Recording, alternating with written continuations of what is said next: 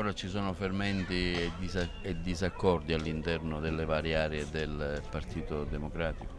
È un partito così grande, non può non avere tante sensibilità che convivono. Abbiamo la necessità che queste aree, oltre a alimentare in alcuni casi degli attriti, possano alimentare della buona politica. Un partito grande ha la necessità di avere dentro tutte le sensibilità devono sforzarsi a che quel partito diventi grande. Se ognuno prova a delegittimare l'altro per garantire un proprio spazio di visibilità, questo non aiuta. Il Partito Democratico è alla prova del governo in tutto il territorio nazionale, è alla prova del governo in Sicilia e deve dimostrare di essere all'altezza di governo. Quindi mettere un po' da parte le attività di scontro correntizio e far avanzare quelle che sono le proposte. L'assemblea di oggi, l'iniziativa che noi facciamo oggi nella nostra area è proprio quella di rilanciare per settembre e da settembre per tutta la stagione autunnale una serie di attività che siano delle proposte, l'assemblea degli amministratori piuttosto che quella sui fondi europei,